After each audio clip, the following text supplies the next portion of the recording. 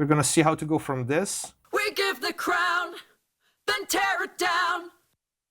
Another brick inside the wall. We shall return and watch it burn. To this. We give the crown, then tear it down. Another brick inside the wall. We shall return and watch it burn. And now the tower's gonna fall. Vocals, vocals, vocals. David, how do I get professional sound in vocals? Well, it ain't that easy. And as everything in audio and mixing is never one thing. It is of course a combination of so many things that we do in mixing. How we treat the dry vocal tracks, so EQ compression, de-essing and all that, but arguably even more important, what we do with the effects, with the many effects. In this video I'm gonna just barely scratch the surface and show you some of the things that you can do to get professionally sounding vocals. Let's get to it.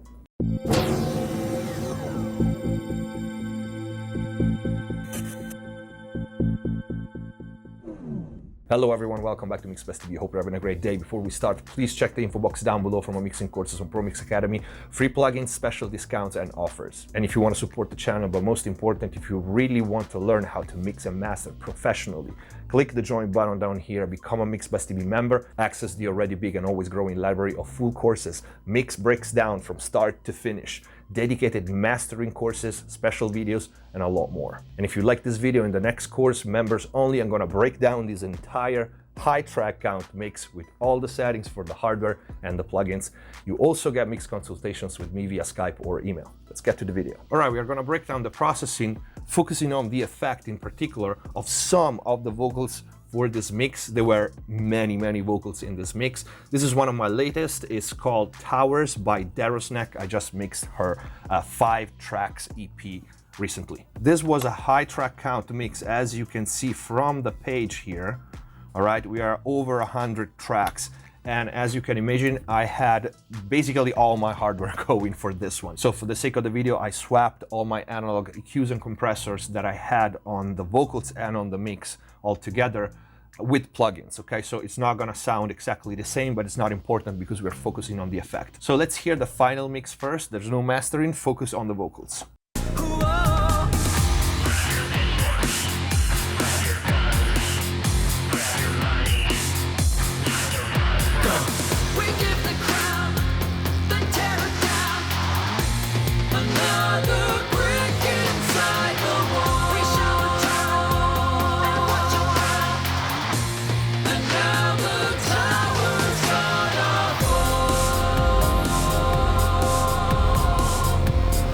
So as you could hear, the chorus is basically 2 lead vocals, a call and response. Now, the difficulty in a situation like this is both are lead, but they cannot sound the same. But they have to have the same importance in the mix. They have to be at different positions in the mix from the listener. They have to have a different tone, yet they both have to sound like lead vocals, okay? So this was my mindset going into the mix, following what the artist, of course, wanted. The pre-chorus has those very radio-y vocals.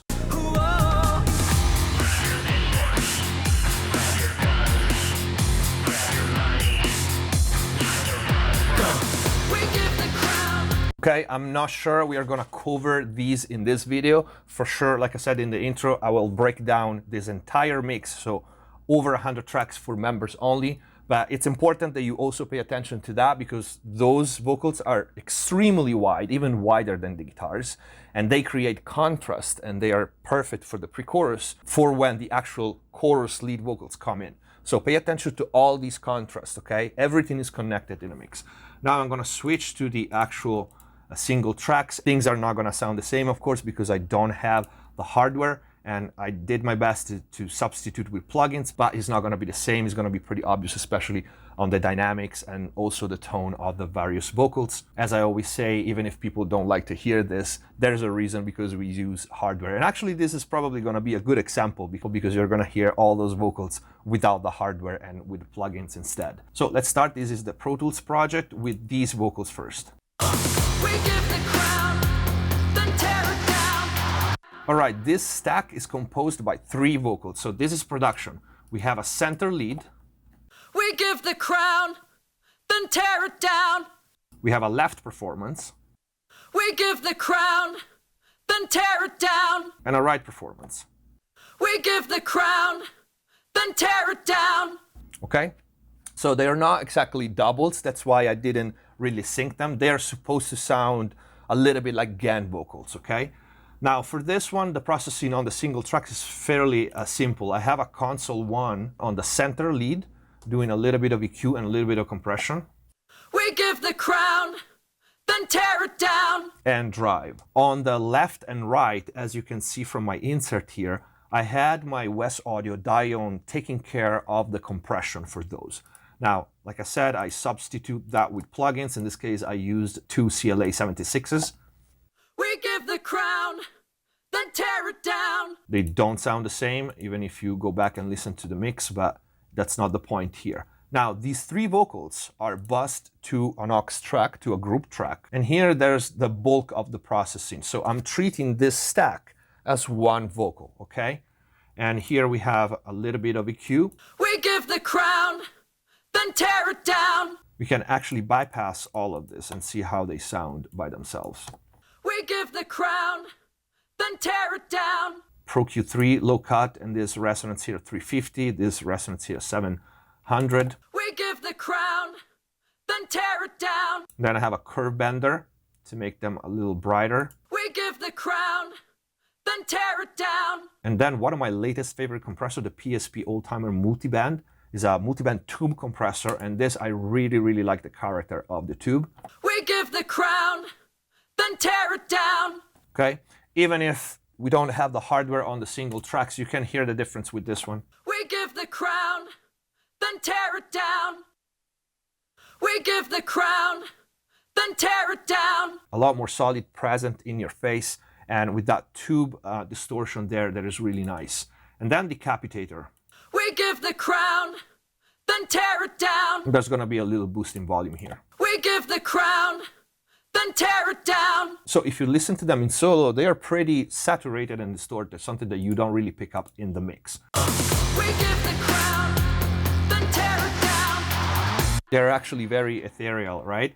While the other response vocals here, they're more in your face. That's the main difference between the two, and we're gonna hear and see the effects. Another brick inside the wall. We shall return and watch it burn. Okay, this is a very fine line because basically they are supposed to be at the same level, but they need to appear different somehow. Okay, so what happens when one is in solo and the other one is in solo, and what happens when they overlap? That is really detailed work, and that's why it kind of bothers me right now, because without the hardware, that fine balance is not there. But you can go back and listen to the mix at the beginning of the video. After the processing here on the dry tracks, you can see these vocals go to a main verb, to a falling delay, and to perfect room. Okay, 3 effects. So the bus, the sum of the 3 vocals.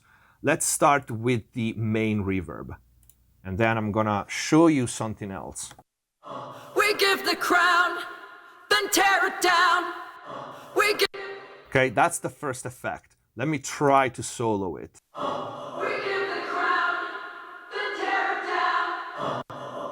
That's the main reverb, which is shared with the other lead vocals. So this one glues them together. It puts them in the same contest, okay? Even if they are at different levels, and that's important. Let's see what I have with this main reverb. I have the SSL just doing filters here, and a little bit of subtractive EQ here around 200. Then a de-esser. We give the crown, then tear it down. And as you can see, I'm not taking prisoners here, okay? This is an effect return, and I don't care how the vocals sound going in. Nobody's gonna hear them ever. So what I want to do here is avoid the S's to excite the reverb too much. We give the crown, then tear it down. You hear the T's and the C's. We give the crown, then tear it down. And it also contains the dynamic of those vocals going into the reverb. This is the reverb that I'm using. Is actually a convolutional reverb, which is uncommon for me, but for this mix worked really well. This is a preset that I made. It's called Voices from the Past, and it's a fairly long reverb. It's 2.2 seconds. After that, I'm using Kramer tape for two reasons. I'm not pushing it, so I'm not distorting it, but I'm using the 7.5 speed to roll off a little more of the top end of the return of the reverb. No distortion, but I'm using the wow and flatter. So this reverb has a little bit of movement. The next one is important because it's the sidechain compressor triggered by the dry vocal that knocks the reverb down when the dry vocal sings. The trick here is keeping everything in mind again and not mixing every single element like in solo. In fact, this compressor is not triggered by the call, so the vocals that we've been hearing so far, but only by the response.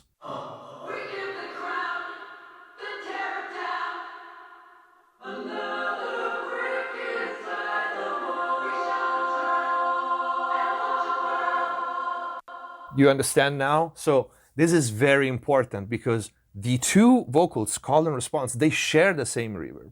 So they are in the same ambient. But the calls are wetter because the sidechain compressor is not triggered by anything. So there's reverb on the entire part, while the response ducks the reverb.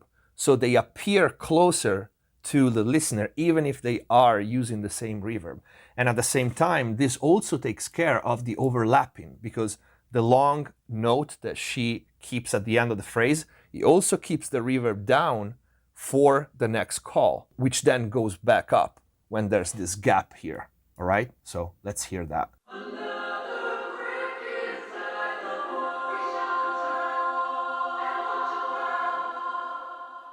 And you have this tail, which is basically almost like you automated the effect, only you didn't work that hard. This is very important. Keep that in mind because it's going to appear on all the other effects to some extent.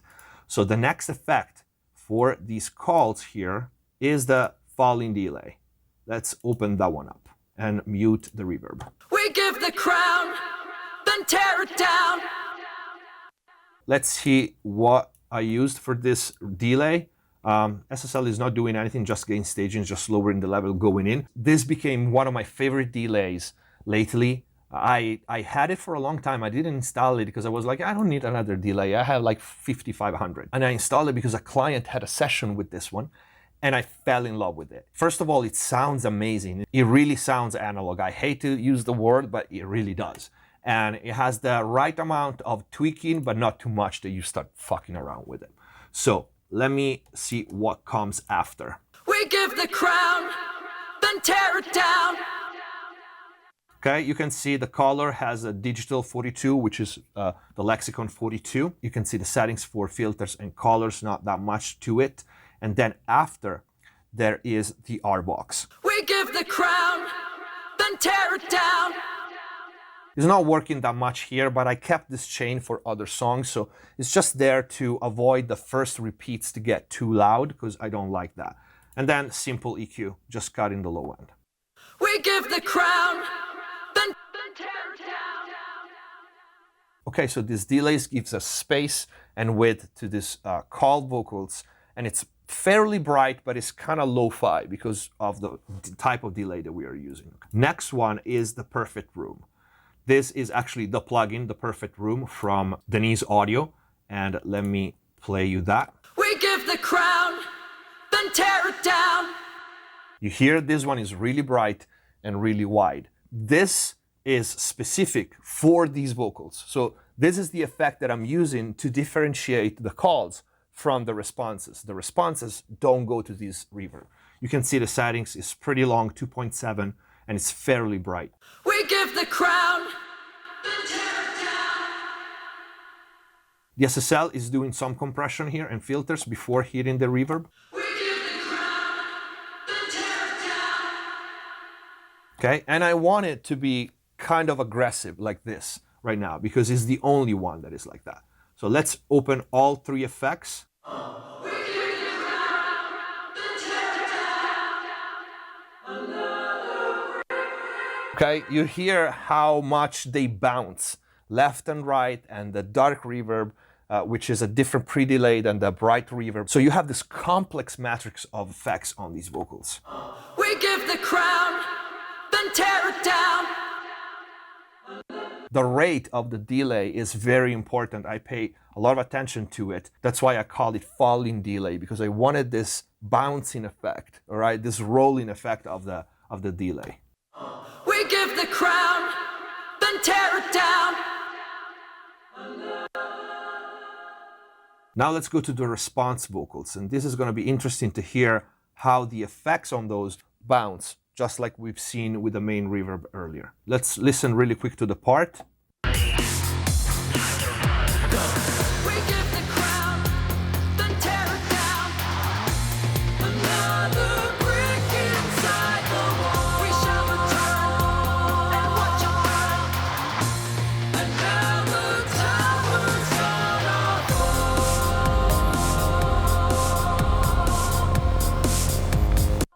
All right, so this stack is comprised of 3 vocal tracks. We have again a lead center. Another brick inside the wall. We have a double, which was mono, and I stereoized it. Another brick inside the wall. And then we have a third performance, which was mono again, and I stereoized it in a different way. Another brick inside the wall.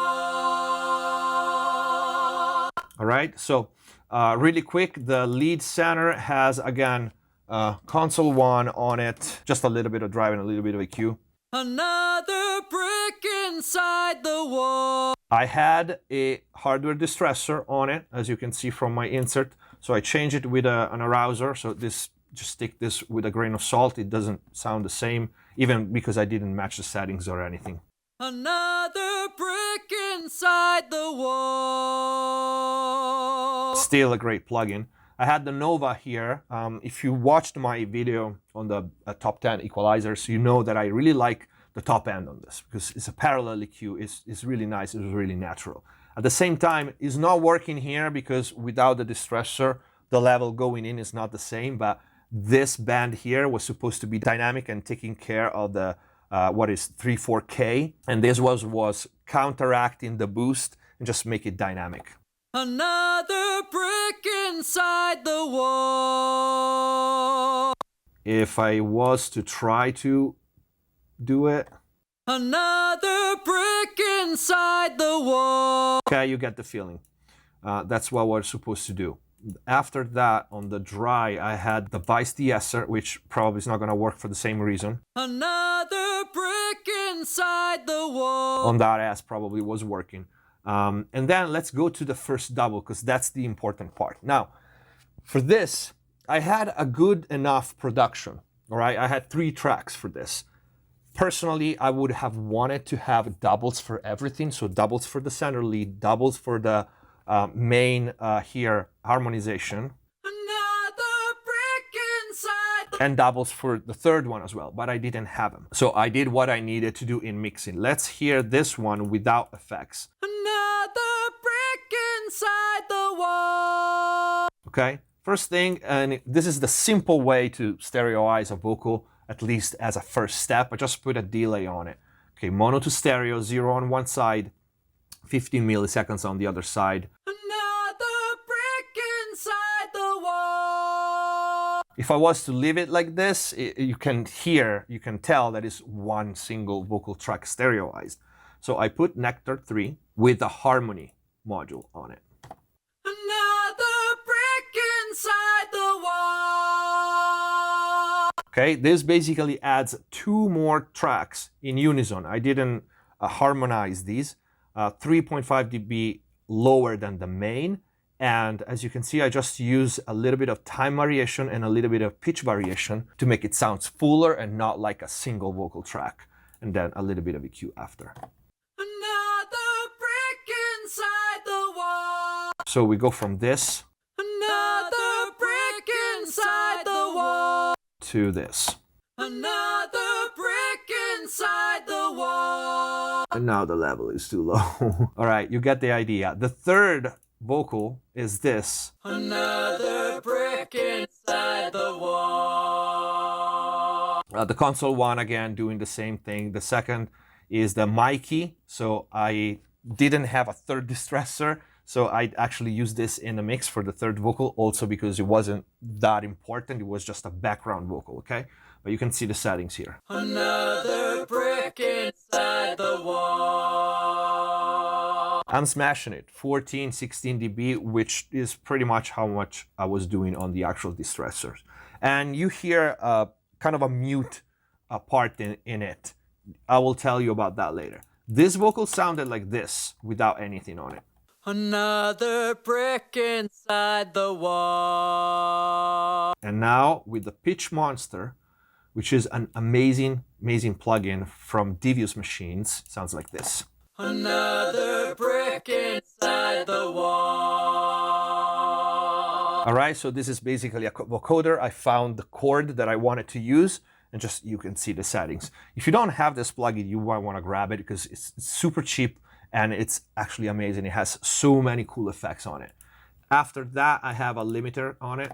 Another brick inside the wall. Just this one is a vocoder track. I want it steady. I don't want peaks, you know, to come out too much because it's a very effective track. I don't want to stomp on the lead vocals. And then the S1 to make it like super wide. Another brick inside the wall. Which it looks a lot, but at the end of the day, it doesn't change that much because the Pitch Monster already have stereo widening. The missing thing that you hear is just simply this volume automation, which is absolutely brutal, but we don't care. And the reason is because I'm sending this to the main reverb, and that S, the recording, original recording, had so much brightness and harshness in there, and I don't need it because I have S's on the lead and on the other one, so you can't hear it. Another brick inside the wall. Lesson in masking right there. You can't hear the abrupt volume change. It's just done so that track doesn't feed the reverb with another S's, which we don't need. So all three of these vocals go to the main reverb. Another brick inside the wall.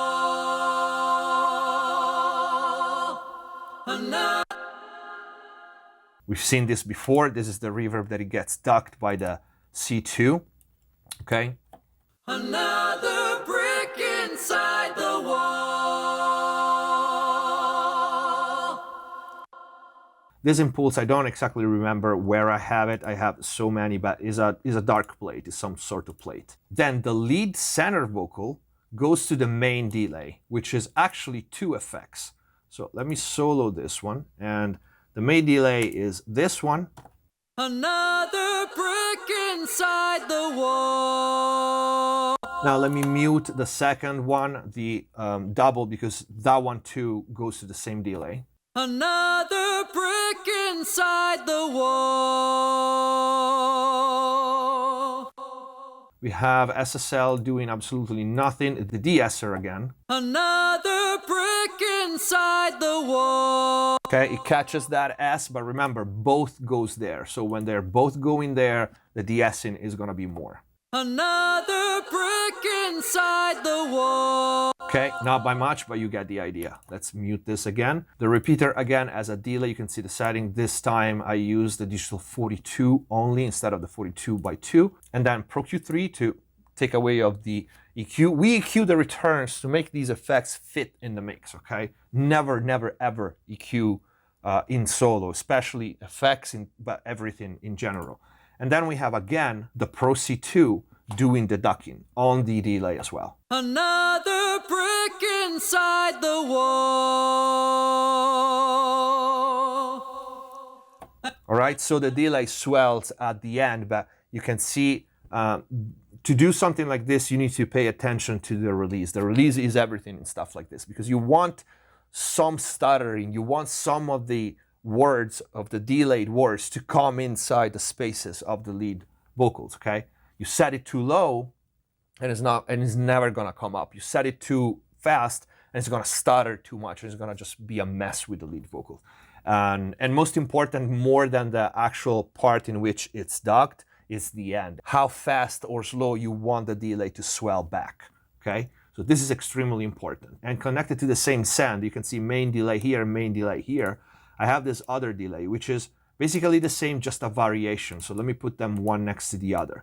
This one is both 8 and it has a very wide spread. And this one is 8 and a fourth with a very wide spread with different, you can see the filters. This is very important, okay? One is brighter than the other. The longer one is brighter. So let's listen to this. Another brick inside the wall. And the EQ of this return is different from the other. Together they sound like this. Another brick inside the wall. Okay, so we have different throws at the end, and that creates movement and creates a more complex and interesting ambient. With the reverb now, but pay attention. You know that I don't like dry delays, if you follow me. So these two delays also go to the main reverb, and that's key. That's one of those things that most people, most non-professional mixers don't think about it, don't do, and it's blend these effects one into each other. This is not a rule. You can take this as an example, but it's not a rule. Sometimes we send the reverbs to the delay instead of what I did right now, sending the delays to the reverb. But together they sound like this. Another brick inside the wall. Now let me mute these dry vocals, and I hope, yeah, they are all pre-fader, aside from this.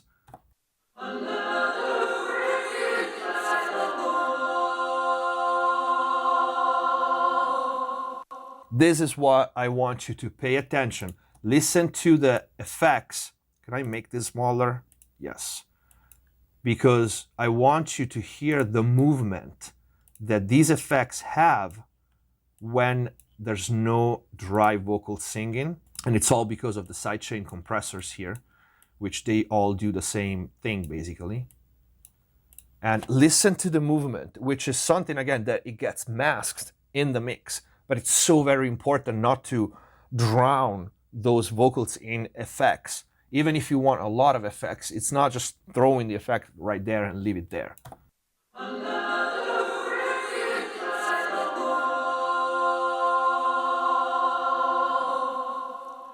And they all swell at the end. The reverb, the delays going into the reverb, and the delays themselves. All together they sound like this. Another brick inside the wall. And we had only 3 vocal tracks for this. The last one would be this pitched vocal here. Another brick inside the wall. Which goes also to the falling delay. So you start to see the matrix now. There's one effect that is shared with the calls and response, and then one additional effect which is shared by only one of the response vocals with all the calls. Another brick inside the wall. But this is very important because this vocoder track, it has a lot of character, and having that in the falling delay just keeps going and it blends with the calls. And another thing to notice is this falling delay also goes to the perfect room reverb. So now you see more of the matrix. That's why sometimes I absolutely joke when I, post and say, oh, you think you can mix vocals? This is how complicated it can get. It doesn't have to be this complicated, but for some genres, and if you want to be at a certain level, this is the kind of detail work that it goes into vocals. All of them together, they sound like this. Let's hear them. Only vocals. And again, pay attention to the movement. There's also a nade delay, which is not used, I think, in this mix. It was in another mix. Go. We give the crown, then tear it down. Another brick inside the wall. We shall return and watch it burn. And now the tower's gonna fall.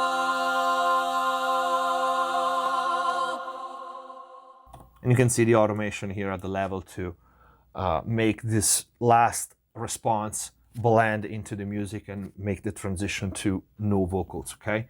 All these things are equally important. With the music, really quick. We give the crown,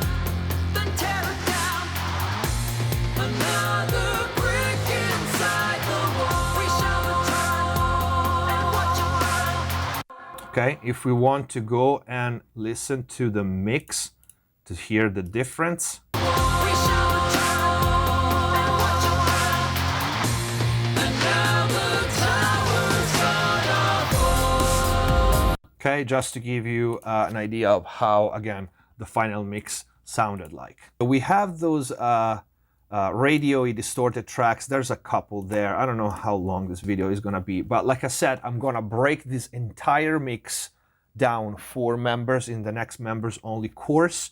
Grab your pitchforks, grab your guns, grab your money. Time to run. That's pretty simple. I'm running them through the crammer tape to take away a little bit of the top end before going into the fuzz box and limiter. Grab your pitchforks, grab your guns, grab your pitchforks, grab your guns. When you do distorted vocals like this, it's very, very important to contain that mid-range, because otherwise they're going to be always louder than everything. So it's really a fine line when you distort vocals of making them cool or very annoying. Time to run. Go. We give the crown, then tear it down. Another brick inside the wall. We shall return. Okay, you hear the 3 stages of width. We have the dry in your face, but pretty wide distorted vocals. Then we have the call, which are a little more close to you in your face and less wide. And then we have the response, which is vocoder extra wide and extra big with all the effects. All right, so I think this is it for this video. I hope it was useful. I hope you liked it. And if you did, please don't forget to leave a like. If you have any questions, leave it in the comment down below and let me know if you want to see more videos like this. But like I said, members get full mix breaks down like that in details. The full courses for this one is not out yet. It's gonna be out in about 15 days, more or less. Before you go, make sure to check all the links in the info box down below. Thank you for watching. Subscribe if you haven't already and click the notification bell. It helps the channel a lot. Stay safe. See you next time. Hands on my neck, hands grip my throat. Lift me up.